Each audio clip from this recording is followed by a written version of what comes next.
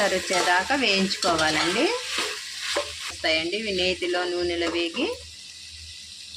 ఇందులోనికి ఒక కట్ట పుదీనా వేసుకోవాలి,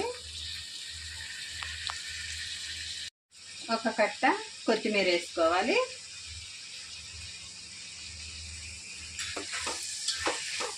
వేసి మంచిగా కలిపేసుకోవాలి. మంచి స్మెల్ వచ్చేద్దండి. కలిపేసుకొని మూత పెట్టి ఒక 5 నిమిషాలు మగ్గించుకోవాలండి. మగ్గినాయండి, మంచిగా మగ్గిపోయిందండి. ముందుగా కలిపి పెట్టుకున్న ఈ చికెన్ని ఇందులోకి వేసేసుకోవాలి.